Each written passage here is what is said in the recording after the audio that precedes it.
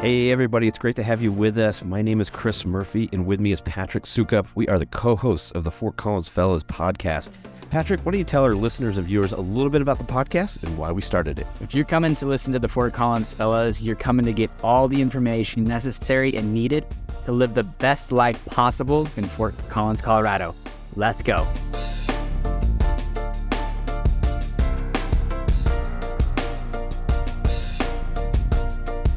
We are here with the new owner of Outpost Sunsport here in Fort Collins, Colorado, but it's coming to us from Bozeman, Montana.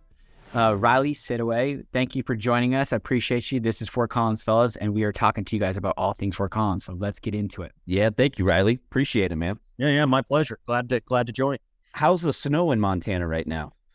So the snow in Montana is actually phenomenal. So I can kind of look out my door now, and in my yard there's about a foot of snow, and that's kind of come down from the 2.5 feet that we had about 3 weeks ago in my yard. And then the mountains are actually in really, really good shape. So it's been fun thus far. We also have a slightly different snowpack than Colorado, which means we can have avalanche danger, but it's not typically as scary as it is in Colorado. So we'll have a day or so where it's a little bit iffy, but then it stabilizes pretty quickly.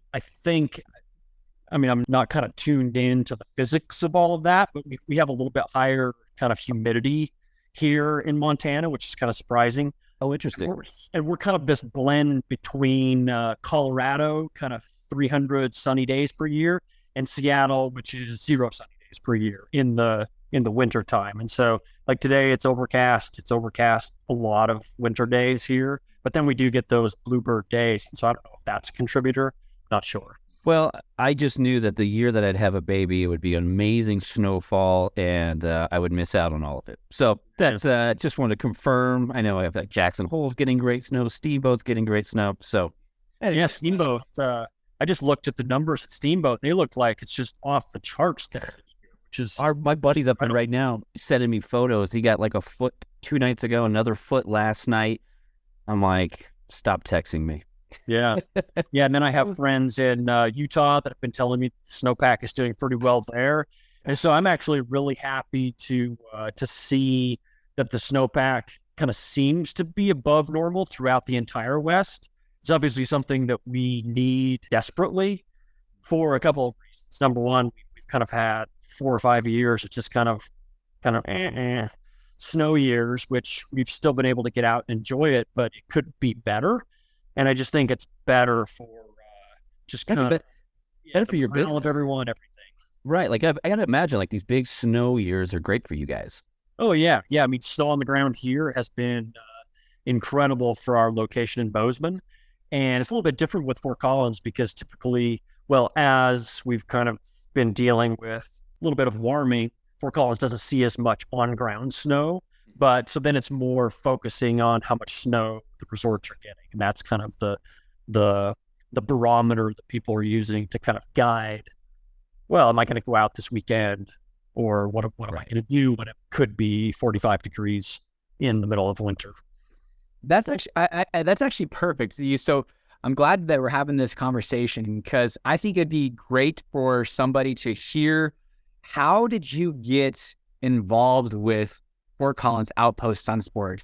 Like, as far as what drew you to even like look here and then ultimately decide this is the right decision? Yeah.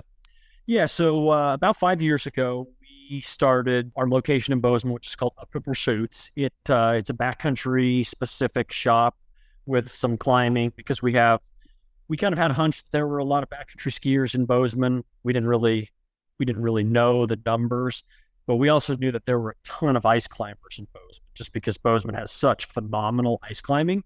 Mm-hmm. So we kind of built it off those two things, and then they have just kind of come out of the woodwork and that's allowed us to kind of pretty quickly grow and kind of take that part of the market here in Bozeman. So that's been really good. But then what we also needed was to be able to kind of diversify the business a bit, and then also be able to have more strength in the market. And that's kind of multifaceted. That would be being able to have the ability to get better discounts when we're buying from the manufacturers like Solomon or Atomic or whatever. Obviously, it's a volume game, so the more you buy, the better deal they give you. And so it was partially that, and then just partially being able to get a better foothold in a pretty challenging and very competitive retail market here in Bozeman. And it was one of the things that surprised me most that Outpost, I kind of look at the two businesses and it couldn't be more night and day than anything I've ever seen. Not because the businesses are that much different, it's just because the retail environment is so much different. And it kind of balances things out for us. And it was obviously part of a larger strategy of ours to kind of keep kind of growing a larger portfolio of businesses that are related to one another, that we know how to do and that we can do well, and but kind of the whole way along, kind of keeping this kind of family feel, definitely very community oriented feel, without kind of going to become kind of the corporate machine, which we've wanted to avoid. So being able to get a little bit bigger, but then still stay as small as we possibly can in kind of the day-to-day operations. And you guys have done that well here in Fort Collins. I mean, Outpost, I definitely don't get that corporate vibe. Yeah. Sure. Yeah. I mean, you guys were on Harmony Road here in Fort Collins, and I've had some buddies work there, but no, I mean, and how long has the Fort Collins Outpost been around? 50 years. Yeah, I was going to say, I feel like it's been much at its 50th anniversary, which we did. It was kind of a 2-part 50th anniversary. It was kind of celebrating Randy's retirement as one of the founders of Outpost, and then kind of flipping that to become what I've kind of called the second chapter of the same book. And so we're still working from the exact same book. It's just now we're in a different chapter, and so we're going to keep everything going the same. May do some little tweaks here and there, but for the most part, people are just going to basically say, yeah, this is the same Outpost Sunsport that I knew 10 years ago, 20 years ago, or 2 weeks ago, whatever the case may be. I remember going there when I was a little kid. So I was like, yeah, it's been around a long time. I just wasn't sure how long it was, but 50 years. Yeah. It's kind of evolved as it's continued to go. And so we kind of consider this second chapter just another part of that evolution as it kind of still does what it does well, but then just some, I'd call them little tweaks here and there without disrupting the main objective and kind of core of the business. So what would you say is the Cliff Notes version of the offering that Outpost does for the Fort Collins community? So two things really, really easily. It definitely serves the alpine skiing segment for the winter. And so if you're going to go ski Loveland, if you're going to go ski Steamboat or whatever the case may be, it is there to serve that market, both from acquisition of new skis, or if you want to go out for a day and you don't have skis and you want to rent just for the day, or if you have kids that are growing and you need a season rental for them, then you can get a season rental from Outpost starting in September, and you keep it for all the way basically till May 1st. And so that's the winter. And then surprisingly enough, which was kind of a funny thing for me to learn about when I first saw Outpost, but has really become a pretty the furniture park. Yeah, so my parents, they're back. Oh my God, they're patio furniture in the back. Yeah. So you have skis. You have skis in the wintertime and alpine skiing, and then all of a sudden in the summertime you get all this fun outdoor furniture, which totally forgot. You wouldn't think really would work well with a ski shop, but it actually works really well, and it diversifies really well and kind of keeps away. So it does a couple things. It keeps away to keep the doors open 365 days a year, which then also is able to provide a good job that people can live off of 365 days a year, instead of kind of being this kind of ski bum in the wintertime and then you go off and do your summertime thing, whatever that may be, but you can stay there year round and have a good livable job. Have you ever thought about getting into biking? Yes. Yeah, that's actually what we're doing in Bozeman. But it becomes complicated because that same building that we kind of share with some other retailers, there's a Trek store just right down. Oh, that's right. Okay. And so there may be some complexity there being able to bring biking, but I was just thinking with like, what's a big summer sport here in Fort Collins, obviously biking and running and everything like that, but you got that competition from Trex and some others. Yeah. So we've definitely thought about those kinds of ideas to kind of enhance that still outdoor part of the summer without, of course, we don't want to disrupt or interrupt the furniture part of the business just because it does so well. And it's become pretty well known all the way from. I totally forgot, Patrick. When you said that, I was like, oh my God, my dad's backyard patio. I'm like, hey, mine too. My dad's actually neighbors with Randy, and so I've known Randy for a really long time, and always have done a really good job. And Outpost is a Fort Collins like staple. It is. How many is amazing to know that, with the transition and growth of Fort Collins, that Outpost has been there and strong, and the community seems to support it. And we just got one, right? Just one on Harmony. Yep. Just the one location. Yep. And what about like the rest of Colorado, northern Colorado? Riley, do you guys have any like Greeley or Loveland or? No, not right now. Yeah. Okay. So it serves those communities. And so, yeah. Especially on the furniture side, they will regularly deliver furniture to even as far as kind of southern Wyoming, all the way to even as far south as close to Boulder, but not quite Boulder, but definitely Berkruda, kind of all of those communities, all the way up Greeley, Loveland, all of those. Okay. And then, there are customers who will come in for the ski part of things just because, so I kind of call Fort Collins what it is kind of similarly to Bozeman, where they're kind of gateways to recreation, but not necessarily what I would call ski towns. Right. So Bozeman is close to Big Sky by about 45 minutes. And then we actually have a small community resort called Bridger Bowl, which is about 20 miles away, but definitely not something like Steamboat Springs or Vail or Aspen or any of those where really the community is kind of the ski resort. And is the competition just like, if you opened an Outpost in Steamboat, is it just you're just going to be fighting an uphill battle against what's already established in these kind of ski communities? Yeah. There have been kind of legacy businesses in communities like that, kind of similar to Outpost, that have just been there forever, like the ski house, for instance, which is in Steamboat Springs. Oh, yeah. That's been there for forever. And so, it would be more difficult to go into a community like that and be able to have probably the same success right out of the gate that Outpost enjoys Fort Collins now. So I'm a fresh citizen in Fort Collins that wants to get out and figure out this ski and snowboard thing that everybody talks about. And I found myself walking into your shop. And what can you do to help somebody along the process of like, here's where you can go, here's options, here's the cost, all that kind of stuff? Or do you guys have that kind of like an advisor type ability to help people along their ski and snowboard journey? Thankfully, we have quite a few of them. And so kind of the ski industry and the ski business, you have to be a couple of things. You have to kind of know what the equipment is and kind of know what would work well for someone not only who's been doing it for 20 years, but also someone who's never done it before. Being able to guide them to the appropriate gear. So that's the first part. The second part is boot fitting. And so for alpine skiing specifically, boot fitting is crucial because if the boot doesn't work, then nothing works. You can't, you could have the greatest pair of skis, greatest bindings, the greatest apparel.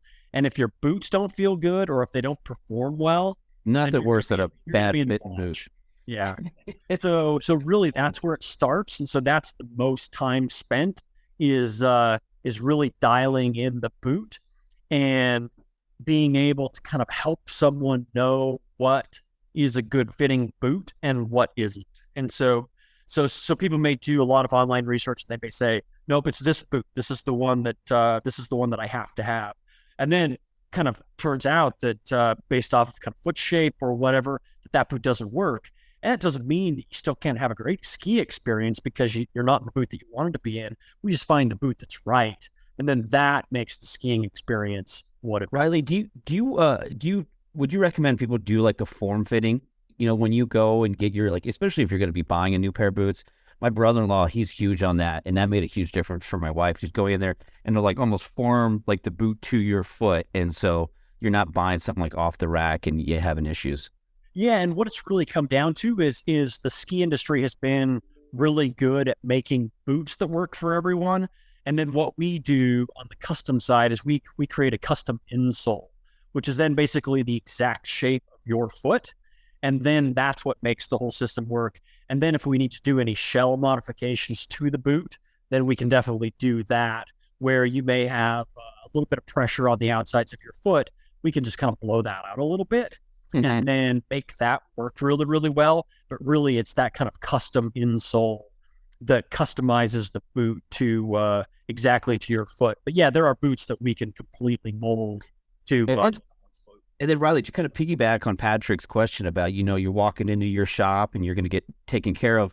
Do you guys have deals with local ski resorts where you can buy lift tickets at the Outpost Sunsports or scheduled lessons, or is there like some sort of back and forth with some of these resorts in your shops, whether it's in Bozeman or Fort Collins? So that relationship used to be there more prevalently, I would say, a few years ago. And so that relationship was pretty healthy with Loveland Ski Resort and with Steamboat Ski Resort.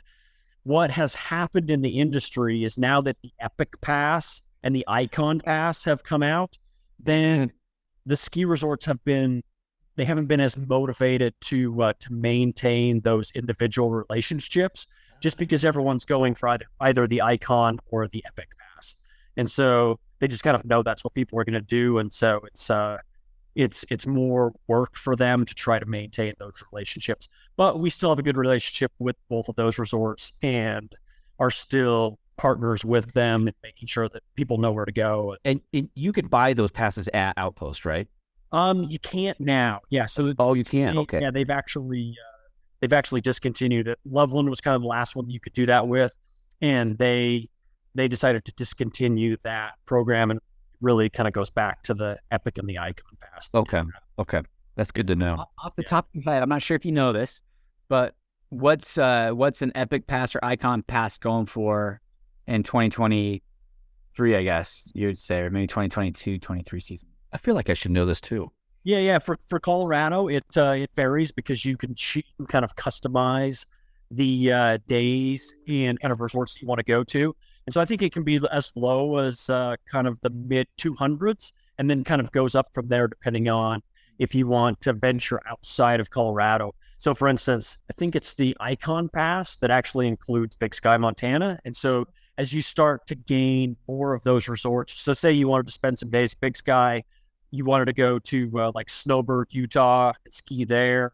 Maybe you wanted to go down to Taos, New Mexico, then it starts to go up in price because then you're starting to expand the reach of the pass, and then it kind of creeps up into the $500-$600 range. Riley, question for you. And it just kind of came to my mind. Maybe you have an answer for this, or maybe you don't. But I've skied in Kirkwood, out in Lake Tahoe. I mean, all these resorts seem to be kind of, maybe gobbled up by, Vail Corporations is one of them. They're all, not that there's a monopoly forming, but do you have any thoughts on just like the future of the overall ski industry and how, these big players are coming in and buying them up? Yeah, it's definitely an interesting question, and it pertains to kind of where I grew up. So I grew up just outside of Park City, Utah, and so we're gonna have to kind of reach back in the annals of race skiing. Love Park City, but it was Deer Valley, Park City Mountain Resort. Yep. And then, believe it or not, back when I was a kid, it was actually Park West, which then went on to become Wolf Mountain, and then went on to be called the Canyons. Oh, and I know the Canyons. It's kind of the whole Park City machine, which is now Vail. And so I think it's been difficult to kind of navigate those things. Specifically, the only issue that I know of at Park City is that Vail tried to kind of get some copyright on the use of the work of the name Park City. And so that obviously ruffled feathers in Park City. People didn't like that idea. It was kind of in kind of what we do in Bozeman with that shop. It was kind of back like when Backcountry tried to copyright the word backcountry. It was too was too difficult and it caused all kinds of problems. So they abandoned it, just like backcountry abandoned it. But it wasn't the right way to approach a community that you're going to kind of come into. And so I've kind of noticed that kind of growth problem and kind of ruffling feathers with the locals a little bit. But I don't think it's going to stop. I mean, Vail, for whatever they are, they do a really great job at managing ski resorts. And so I expect that they'll just keep expanding, and what few kind of mom and pop resorts or even these big resorts are remaining kind of as a solo entity will eventually just become part of the conglomerate. Yeah. I'm sure there's so many economies of scale, like you said, as far as having Outpost in Fort Collins and your shop in Bozeman. There's just some things that some economies, like I said, of scale that she can make work, that maybe there's these mom and pops or even big hills that struggle because it's so dependent on snowfall and how long you're open and things of that nature. But yeah, and one of those that might be specific is that is being able to hold on to employees, because maybe one year they want to work at Vail, but then the next year they want to go work in Park City. So it's the same company, and it's easier to retain them than to say, oh, now I'll go to that makes sense. Company. Yeah. You can just say, well, just stay with the mothership, and you can just go do it at a different location. Yeah. Well, I know you said that right now you're doing Outpost 51st year, same book, chapter 2. But what do you see as the growth of Outpost and your Fort Collins kind of footprint, if you wouldn't mind sharing? Yeah. So I think it kind of, we touched on it a little bit, exploration into to sports that would go into the summertime, at least taking a look at those to see if those might be appropriate to bring in there. Obviously supporting and expanding the reach of the furniture in the summertime. That's obviously going to be important. We'll definitely keep the alpine part of things going the way that they are, and continue giving that all the support that it needs, because that's a good part of the business. What we will do is bring a little bit more backcountry skiing competency to Fort Collins. So there are places like Cameron Pass that's I was going to mention that. Skiing, and they're there, and there's just not really a good place for them to get the gear right now, and we have that competency here in Bozeman, so we'll just share that competency there, and not to turn it into a backcountry store, like a backcountry specific location, but to just enhance it a little bit so that someone who's coming in and looking to go into the backcountry will have a few good options that they can look at. Because what it is traditionally with alpine shops is that they do alpine really, really well, then they dabble in backcountry. And so we just want to take it a little bit past the dabbling part of things into more of a competency than just kind of an accessory part of an alpine business. So yeah, those will be kind of the few changes, some back end stuff that doesn't really affect the customers. Like we'll make a uniform point of sale system that works with both, that kind of continues to bring the location into the 21st century as far as technology and taking advantage of technology. And then just, the one thing that I definitely don't want to do is go too quickly and then mess up a good thing that's already been proven to work really, really well for the last 50 years. But kind of evolve like it has, basically saying, need to kind of stay focused on what's happening in the industry. And if you're not evolving, then you can't just kind of hold still, kind of stay static. You're either growing or you're retracting. And so we'll do some things to make sure that we keep growing.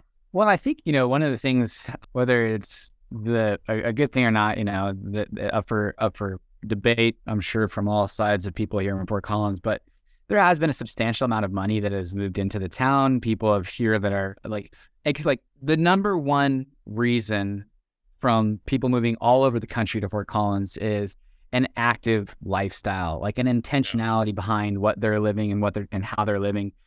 And with it, a decent income too, because, a lot of them are working remote jobs from California, New York, Boston, and I hate to say it, skiing has got extremely expensive, and so you need to be pretty affluent to be able to afford skiing. I mean, until they can break that code or crack that code as far as making it a lot more affordable. But it doesn't seem like to be on that trajectory. It seems like to be going on a little bit more of an incline. So I think Fort Collins will be a great location for you, especially with the growth, the intentionality behind the active lifestyle. So I think, Outpost should continue to be very supported by the community. I would assume and hope.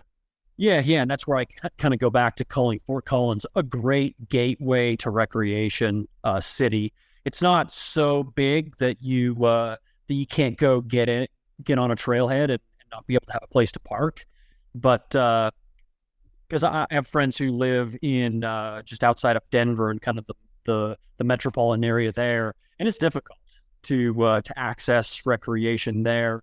And so Fort Collins becomes a good alternative to that, just because it's big enough to be able to have everything that you need really close by, and then also small enough to feel like you can go get on a trailhead without not having a place to park or even be able to find a place to recreate. So that's what I really love about the city of Fort Collins is access to all kinds of different recreation opportunities. Be it if you want to go on water, there's a water opportunity. If you want to go trail running, there's that. If you want to run in the city, you can do that. It's very friendly to cyclists, and so as a cyclist my whole life, that's a great thing. And and without traveling too far, you can actually be to some pretty incredible ski areas, even though Fort Collins doesn't have a resort kind of right out the back door. It's actually amazing. It's not that far from Park City. Like if you do go on there, you just go up I-80 and over. It's not. It sounds like it's a long drive, but yeah, Fort Collins is where it's positioned. Has got access to a lot of great, even just up into Wyoming as well. Yes, it's like people go up into Laramie, up into that little resort. Eldora is not too far away. Loveland's not too far away. And then if you want to just kind of you can even do it as a day trip. But even if you just want to go spend a weekend, then Steamboat is actually the most popular place for Fort Collins. So most of the people who kind of come and buy or rent from Outpost typically spend quite a few days a year skiing at Steamboat. Riley, just to kind of piggyback on what Patrick was talking about, the affordability of skiing, and it's definitely not you take a family of 4 up to the mountains. You're going to spend a decent amount. And as I was just going to sit here thinking about it, like when you guys are talking about like the product that you bring in, whether it's the skis, the boots, the bindings, and all of that. Maybe it's just a stupid question, but where does the majority of that inventory come from? Does it come from Europe? Are you guys buying this within the United States, or how are you kind of managing? We kind of talked about this before, starting our conversation and going live, but where are you getting this, the materials, the inventory, and how does that affect kind of the cost that you guys are relaying to the customer and everything like that? Yeah. So the competency to make alpine skiing gear is still widely held in Eastern Europe. And so Austria there's still quite a bit of manufacturing that goes in Austria, but you can even go even further east. And so places like Slovenia, even Ukraine, produces a lot of stuff. And so that's where the production happens. But then really the distribution, they get it to the US. And then surprisingly enough, a lot of it really comes from 2 spots. One of them right out the back door. So Denver actually has quite a few of the outdoor companies, and then Utah. So Utah has the other kind of bulk of the companies. And so big companies like Atomic or Solomon or Armada, that's all part of a company called Armor Sports, which is based in Ogden, Utah. And then you look just kind of down the road, there are other companies like La Sportiva, Dynafit, other companies like that are just right down the street in Boulder. And so Boulder has quite a few of them, that Denver has quite a few of them. And so if you kind of take those 2 hubs, that's the bulk of it. There are some exceptions to that. Like if you take Fisher, for instance, Fisher comes out of the Northeast. And so... What about Rosenau? Is Rosenau still? Rosenau is actually in Park City. Okay. Yeah. So yeah, a good number of them have decided to really congregate either in Utah or in kind of the Denver metro area. And there are some other smaller companies that like Kesley, for instance, is based right outside of Vail. And so there are smaller companies that are in Colorado, but kind of not the main metro area. But I'd say probably 80% of the companies are right in the West, and then the other. Fascinating. Yeah. I expect you to say something along the East Coast, and then they ship it out to Colorado or Utah. Nope, just kind of Fisher. Fisher is the one big one that's still in the Northeast, and there are a couple of like Martha Vogel DeBello. They are still in the Northeast, but other than that, most of them are just in the West. So it's pretty interesting. Yeah.